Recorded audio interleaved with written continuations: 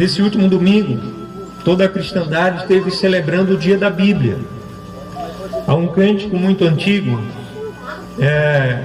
que diz: eu amo a minha Bíblia. E eu não sou bom para cantar, não vou cantar para ninguém sair daqui correndo. Mas, amados, nós temos crido que de fato a Escritura Sagrada, a Bíblia, é a palavra de Deus. E como palavra de Deus, ela tem um poder do próprio Deus. Imagine qual o valor da sua palavra.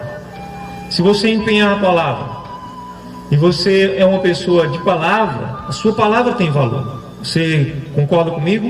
Ok? Agora imagine a palavra daquele que é eterno, daquele que é perfeito, daquele que é a própria sabedoria em pessoa. Ele é onisciente, ele tem todo o conhecimento, toda a ciência, e ele nos deu a sua palavra. Amém? Eu gostaria que você pudesse olhar para as Escrituras Sagradas não apenas como esse glorioso, poderoso, maravilhoso livro que ela é, um livro de vida, mas você olhasse para ela com uma perspectiva ainda maior. Sabe como é possível isso? É porque de fato nós temos que olhar para esse livro como de fato ele é palavra de Deus. E eu queria mencionar ainda rapidamente algumas coisas que a Escritura advoga para si mesmo, defende para si mesmo.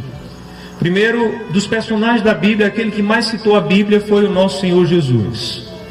E todas as vezes que ele citava a Escritura, ele citava ela, dando a ela o lugar e a autoridade de palavra de Deus. Amém? Ele citava, dando a ela a autoridade de palavra de Deus. Depois os próprios apóstolos que aprenderam com ele, aos pés dele, os seus apóstolos, também falaram sobre a Escritura. Você lê lá em Atos, por exemplo, o apóstolo Pedro dizendo que nenhum outro nome foi dado no céu, nem debaixo da terra, pelo qual importa que sejamos salvos, além de Jesus. E na segunda carta de Pedro, ele vai dizer, no capítulo 1, que nenhuma profecia da Escritura é de particular imaginação ou elucidação humana, mas homens santos falaram da parte de Deus, movidos pelo Espírito Santo de Deus. Esse é o testemunho do apóstolo Pedro. Já o apóstolo Paulo diz que toda a Escritura é inspirada por Deus, é útil para o ensino, para a educação, para a repreensão, a fim de que aqueles que vivem para o eterno sejam por ele transformados e possam viver a sua palavra, possam viver a sua vontade. Paulo diz isso na sua segunda carta ao pastor Timóteo, capítulo 3, versículos 16 e 17. Toda a Escritura é inspirada por Deus. Então, o nosso Senhor e Salvador Jesus, ele disse: errais, não conhecendo as Escrituras, nem o poder de Deus. Eu gostaria que vocês dissessem também esse versículo. Vocês poderiam dizer comigo? É palavra do Senhor Jesus. Eu gostaria que vocês repetissem em uma só voz. Vamos juntos? Errais, não conhecendo as Escrituras, nem o poder de Deus. Foi fraco, quero ver mais forte. Vamos lá novamente? Errais, não conhecendo as Escrituras e nem o poder de Deus. Duas coisas nós precisamos conhecer. Ele disse também: examinai as Escrituras, porque julgais ter nelas a vida eterna, e são elas que de mim testificam. Aqui, nesse capítulo 6 de João que acabamos de ler, versículo 68, Jesus Cristo havia se proclamado de uma forma aberta de que ele era o pão da vida. Ele disse: eu sou o pão da vida. Os vossos pais comeram o maná que descia do céu no deserto e morreram, mas quem comer do pão que eu lhe der nunca mais morrerá. E aí depois ele vai e diz: eu e o Pai somos um.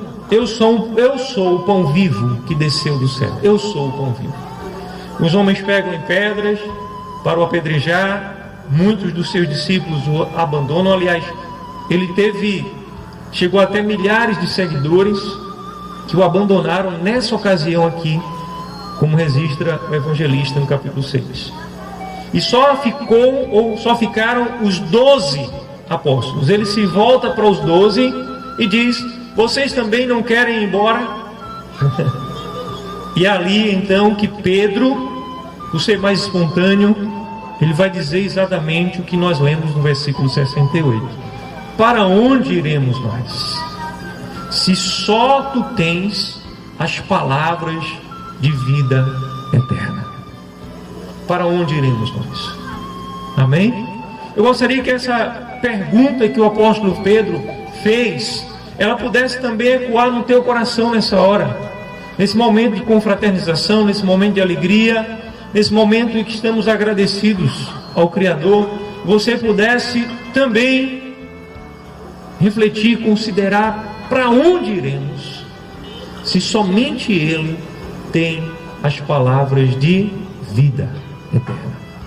E eu gostaria agora de trazer uma peculiaridade, algo muito interessante, quando é traduzido aqui por palavras de vida.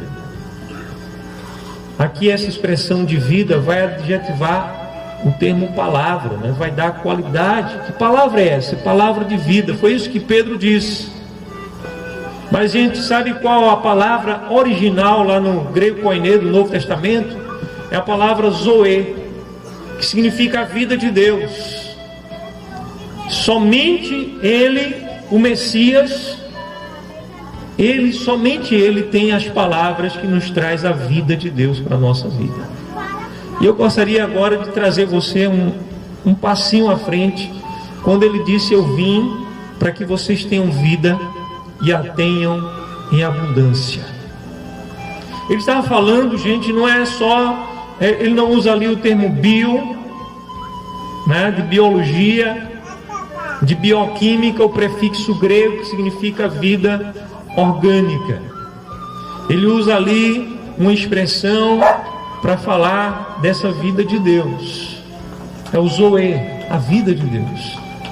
Ele disse: eu vim para que vocês tenham essa vida, a vida de Deus. Vocês tenham vida e vida com abundância, a vida de Deus plenamente. Pode deixar ele aí que ele fica tranquilo, não vai parar por aí.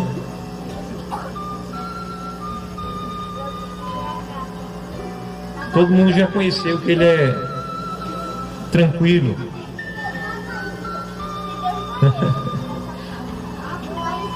Então, amados, eu quero convidar vocês a considerarem sobre as palavras de vida que nos permitem viver a vida de Deus. E eu gostaria que você agora, eu quero incomodar um pouquinho vocês, se você se sentir à vontade, claro, você dissesse de uma forma profética para a pessoa que está ao seu lado: olha, talvez você não saiba, mas Jesus Cristo te trouxe aqui nessa noite. Diga para a pessoa que está ao seu lado. Talvez você não saiba, mas Ele te trouxe aqui nessa noite para que você entenda um pouquinho mais e entenda como é precioso saber que Ele tem as palavras que traz a vida do Pai para a tua vida. Você consegue ver como isso é importante? A vida de Deus, a vida que Ele tem para nós. Isso se dá por dois motivos. Primeiro, por causa da essência dessa palavra. Qual é a essência da palavra da vida? Da palavra de vida. Se você voltar alguns versículos aí no capítulo 6, nós lemos o versículo 68, o versículo 63. O Senhor Jesus Cristo vai dizer-nos: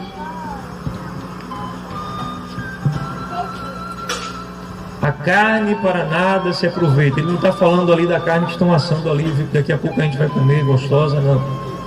Nem está falando da nossa natureza biológica, fisiológica. Ele fala da natureza caída do ser humano. Ele diz: a carne para nada se aproveita. O Espírito é que vivifica. As minhas palavras são Espírito e vida. Está aqui nesse capítulo 6 também. É o versículo 63. Pouco antes, em 68. Ele diz: as minhas palavras são Espírito e vida. É através das palavras dele, por causa dessas palavras dele, que você recebe dele Espírito e vida dele. Amém? Se você quer ter mais do Criador, mais do Eterno, mais da presença dele, você precisa conhecer mais da palavra dele. E olha só, gente, os eruditos, os estudiosos estimam que esse livro, a Escritura Sagrada, ele possua pouco mais de 7.000 promessas. 7.000 promessas. E dessas 7.000 promessas também se estima que algo em torno de 90% diz respeito à nossa vida aqui na terra. Somente algo em torno de 10% fala acerca da eternidade. Embora que aquelas promessas que apontam para a eternidade, falam das coisas eternas, elas são incomparavelmente mais significativas, o seu peso é maior, mas 90% dela fala dos nossos dias aqui. Isso mostra o quanto esse Pai nos ama e o quanto Ele está interessado na tua vida. O salmista Davi, ele canta dizendo que Deus estabeleceu o seu trono no céu dos céus, no lugar santíssimo, mas ainda assim se inclina para ver o que acontece na nossa vida. E aí, gente, não é o reality show de Deus, não é o Big Brother de Deus. Ele se inclina porque Ele está interessado na tua vida, porque Ele quer o teu bem, Ele quer interferir na tua história. Mas saiba, Ele não é entrão, Ele não vai poder fazer nada, porque Ele te deu a liberdade. As pessoas questionam: por que Deus é tão bom, se Ele é tão poderoso, porque o mal existe? Eu gostaria de perguntar a você, e me responda com sinceridade: existe amor sem liberdade? Será que existe amor por obrigação? Você pode obrigar alguém a te amar? Imagine, eu como pai tenho 2 filhos que eu os amo muito, também amo muito meus pais, meus avós, hoje já estão na glória, né? Certo, minha mãe. Mas o só eu obrigar meu filho a dizer todo dia, 3 vezes ao dia: pai, eu te amo, isso não ia ter valor para mim. Se eu obrigasse os meus filhos a regularmente chegar para mim, me dar um beijo por obrigação e dizer: pai, eu te amo, isso ia perder até o brilho. À medida que eu soubesse que eles estavam fazendo aquilo só porque eu, pela força, eu estava os obrigando a fazer. Então não existe amor sem liberdade, e Deus te deu essa liberdade. Agora é através da palavra dele que Ele quer entrar na tua história. Amém? À medida que você estuda, examina essa palavra, o salmista também diz: lâmpada para os meus pés é a tua palavra e luz para os meus caminhos. Essa palavra, amados, ela tem todo o poder de mudar a nossa vida. E eu gostaria de ler com vocês um trecho breve da Escritura, que está aqui na segunda carta de Pedro. O apóstolo Pedro, ele vai dizer a partir do versículo 3 que está aí. Eu gostaria que, se você está sem a Bíblia, você pudesse concentrar em ouvir. Segunda carta de Pedro, capítulo 1, a partir do versículo 3. Visto como pelo seu divino poder nos têm sido doadas todas as coisas que nos conduzem à vida. E aqui novamente essa vida não é a bios, não é a vida biológica, a vida vegetativa do ser humano, não. É a vida de Deus. Então, pelo seu poder nos tem sido doado tudo que nos conduz à vida e à piedade, através do conhecimento completo daquele que nos chamou para a sua própria glória e virtude. E por elas nos têm sido doadas as suas preciosas e muito grandes promessas, para que através dessas grandes e preciosas promessas vos torneis co-participantes da natureza divina. Eu quero me ater aqui então a essa declaração de Pedro. O apóstolo Pedro diz que por causa do seu divino poder nos tem sido doado tudo de bom, já foi presenteado, doado, tudo que nos conduz para a vida dele.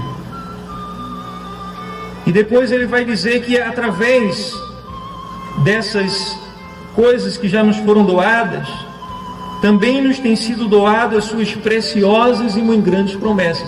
Eu queria fazer uma pergunta: o que é, através do que você conhece as grandes e preciosas promessas do Pai amado? Através do quê? Senão da sua palavra. Amém? Vocês estão comigo? Quantos ainda estão aqui? Amém? Nós não vamos nos demorar, viu, gente? Então, essas coisas que nos conduzem para a vida, elas também nos conduzem, através dela nos são doadas as suas preciosas e muito grandes promessas. Eu falei que existe pouco mais de 7.000 promessas. Amém? E através dessas promessas, nós nos tornamos co-participantes da natureza divina. Você poderia dizer essa frase, co-participante da natureza divina? Eu peço para vocês repetirem, para incomodar um pouquinho mesmo, mas isso ajuda vocês a me acompanharem, ok? Para a gente estar junto, não estar falando sozinho aqui. Então vamos dizer, co-participantes da natureza divina. Mais forte um pouquinho, quem ficou calado vai dizer sozinho depois. Brincadeira, vamos lá junto. Co-participantes da natureza divina. Co-participante é participante lado a lado. Através das muito grandes e preciosas promessas, nós nos tornamos co-participantes da natureza dele.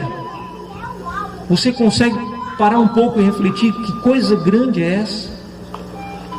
Você participar lado a lado da natureza do Criador, daquele que é onipotente, daquele que é onisciente.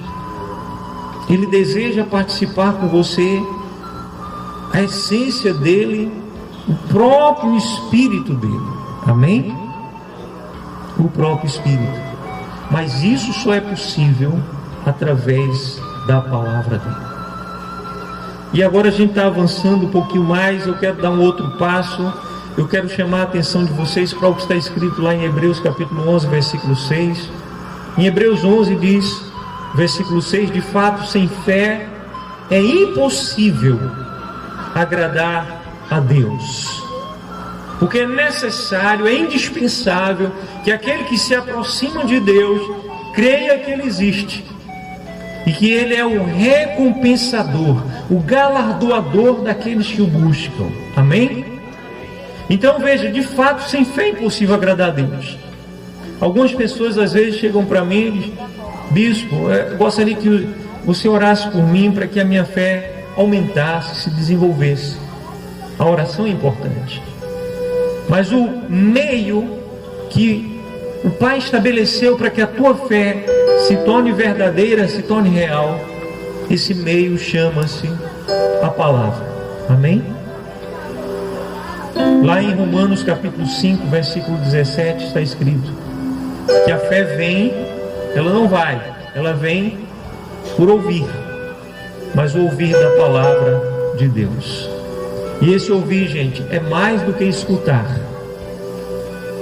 Existem pessoas que têm uma audição muito boa, escutam muito bem.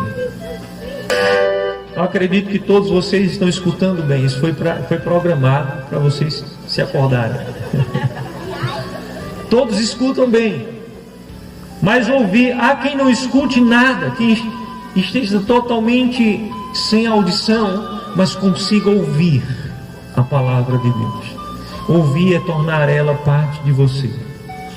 A fé, ela vem assim, à medida que você ouve, mas ouve a palavra de Deus. Amém? Eu gostaria que vocês ficassem em pé agora, gente.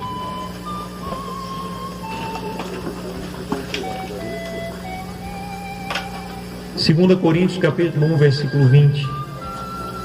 O apóstolo Paulo, a escrever a segunda carta, ele diz: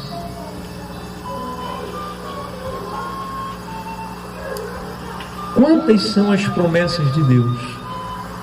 Todas elas têm em Jesus o sim e o amém, por nosso intermédio para a glória de Deus. Quantas são as promessas? Todas elas têm em Jesus o sim e o amém. Ou seja, quantas são as promessas de Deus? Você já tem o sim para a tua vida. Você já tem o amém. Amém? Só que o amém é por teu intermédio. Você entra aí pela fé.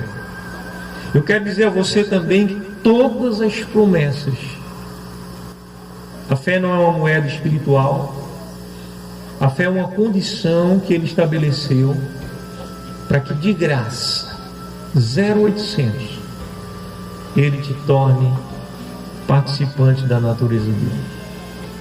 É necessário você ter fé para todas as promessas dele. Todas. Você pode ter fé em relação à salvação, receber Jesus como teu único e suficiente Salvador. Entregar de verdade tua vida a Ele, fazer dele um rei que reina em todas as tuas decisões, em tua vida, em tuas emoções. As tuas emoções serão transformadas, a tua vida será mudada. Na década de 90 se divulgou muito uma ciência que hoje é muito popular, a neurolinguística, também chamada de neurociência. A diferença é pequena. E na verdade a Escritura diz: não há nada de novo. Sabe, a neurociência, ela divulgou algo que está aqui. A palavra do nosso Pai diz que os nossos pensamentos, qual a matéria-prima dos nossos pensamentos, dos teus pensamentos? A palavra. Se você quer mudar pensamentos, você tem que começar mudando as palavras que transitam na tua mente, escolhendo bem as palavras que você declara. Aí você muda os teus pensamentos. Agora, os pensamentos formam o que dentro de nós? As nossas emoções. A matéria-prima das emoções é o que? Os pensamentos, ok? E as emoções, elas vão direcionar as nossas decisões. Como é que você reage diante de um diagnóstico médico? Que você está com doença que humanamente é incurável? Isso não aconteça a ninguém aqui.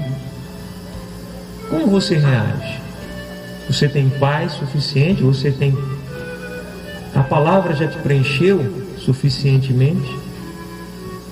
As tuas emoções são forjadas pelos teus pensamentos. Agora, essas mesmas emoções, me perdoem deixar vocês de pé um pouquinho, porque a gente já vai orar. Essas mesmas emoções, elas vão ditar as tuas decisões, o teu comportamento, como você age e reage à vida. As tuas emoções vão direcionar as tuas decisões, e as tuas decisões vão formar os teus hábitos. Os teus hábitos formarão o teu comportamento, e o teu comportamento formará o teu caráter. E lá no final da história, o teu caráter vai ditar o teu destino, como sentido último. Se você quer mudar o teu destino, você tem que mudar o quê? As tuas palavras. Amém? Vocês entenderam isso? Porque para mudar o teu destino, você tem que mudar o teu caráter.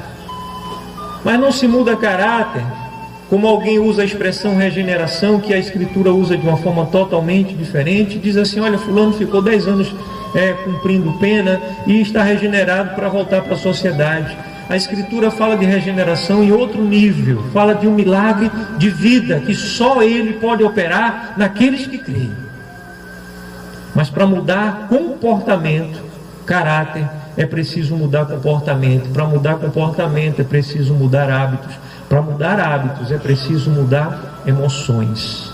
Para que emoções mudem é preciso mudar pensamentos. Pensamentos não mudam se palavras não mudarem. Colossenses 3,16: habite ricamente em vós a palavra de Cristo Jesus. Podem dizer esse versículo? Colossenses 3,16: habite ricamente em vós a palavra de Cristo Jesus. Não é paupérrimamente, não é escassamente, não é raramente. Habite ricamente em vós. Você vai crer nas promessas, você vai começar a desfrutar dessas promessas, você vai começar a dizer como disse Jó um dia: antes eu te conhecia de ouvir falar. Sabe, tem muita gente acomodada ao nível da religiosidade. Não, Marcos, eu não sou religioso. Sabe, você é religioso. se você não tem tido uma vida íntima, você só conhece a Ele de ouvir falar, você é um religioso. Você só conhece a Ele a nível da cultura, você é um religioso. Você só deixa de ser religioso quando você conhece a Ele por ter intimidade de andar com Ele. E você só terá intimidade. Ele deseja isso. Jó disse: antes eu te conhecia de ouvir falar, mas agora os meus olhos te veem. Não tinha morrido ainda. Antes eu te conhecia de ouvir falar, mas agora eu te conheço de contigo andar. Você tem experiência de andar com Deus? À medida que você crê, a tua fé se desenvolve. À medida que a tua fé se desenvolve, você desfruta das promessas e você vai ver como Ele é um Deus vivo e está interessado na tua vida, em te abençoar. Amém? Ele está interessado na tua vida, em te abençoar. Ele é esse Deus vivo. Para onde iremos nós, se só tu tens as palavras de vida eterna? Aleluia. Que você medite nessas palavras, ame essa palavra. Ame essa palavra. Aleluia. Ela será a própria vida de Deus para a tua vida. Ela vai operar em muitas vezes cura para o teu corpo. Ela vai trazer direção para a tua vida. Ela vai te preencher com paz nos momentos mais difíceis, porque tempestade vem para a vida de todos, bons e maus. Ela vai te dar o dom da vida eterna. E ela vai te fazer desfrutar da própria natureza do eterno. Ame essas palavras. Viva essas palavras. Estude, conheça, medite dia e noite, confesse, não cesse de falar desse livro. A sua mente vai mudar, o teu coração vai mudar, tuas atitudes mudarão. Você vai começar a desfrutar a promessa que Ele fez. Eu quero deixar por último esse versículo: se creres, verás a glória de Deus. A ordem do homem é: se eu ver, eu creio. Como disse Tomé, a ordem de Jesus é: se você crer, você vai ver. E você vai ver a glória de Deus, não é só lá na eternidade, não. A glória de Deus se manifestou hoje em minha vida. A glória de Deus se manifesta aqui nesse lugar. Se creres, verás a glória de Deus. Ele tem as palavras de vida para que você não esteja morto, para que você veja a glória dele presente aqui, a glória dele intervindo na tua história, a glória dele transformando o teu destino, a glória dele te abençoando. Aleluia. Pai amado, nós cremos, e cada uma dessas milhares de promessas só podem ser conhecidas, não apenas de ouvir falar, mas de ter experiência delas, à medida que nelas se crê, porque elas são palavras tuas. E como disse Jeremias no capítulo 1, tu velas sobre a tua palavra para cumprir. Aleluia. Essas palavras são fiéis e verdadeiras. Elas são como a semente e como a chuva, que não volta para o céu sem antes fecundar a terra, sem antes fazer a semente germinar e produzir os seus frutos. Essa palavra é palavra de vida nessa hora. Vida para quantos em verdade puderam retê-la como palavra tua. E nós temos, Senhor, crido e a recebemos como de fato é palavra tua, palavra de vida. Aleluia. Só tu tens a palavra de vida eterna. Graças te damos, Jesus. Abençoa essas vidas, não para que tomem uma decisão religiosa, não para que levantem uma mão diante de uma igreja. Tu não te impressionas com coreografia, mas que tomem uma firme posição nessa hora, nesse exato momento, Pai. Aí no íntimo, no lugar secreto de cada um, de cada filha tua, de cada filho teu, tomem a firme decisão de amar a Ti, de conhecer a Ti, através da Tua revelação, da Tua palavra.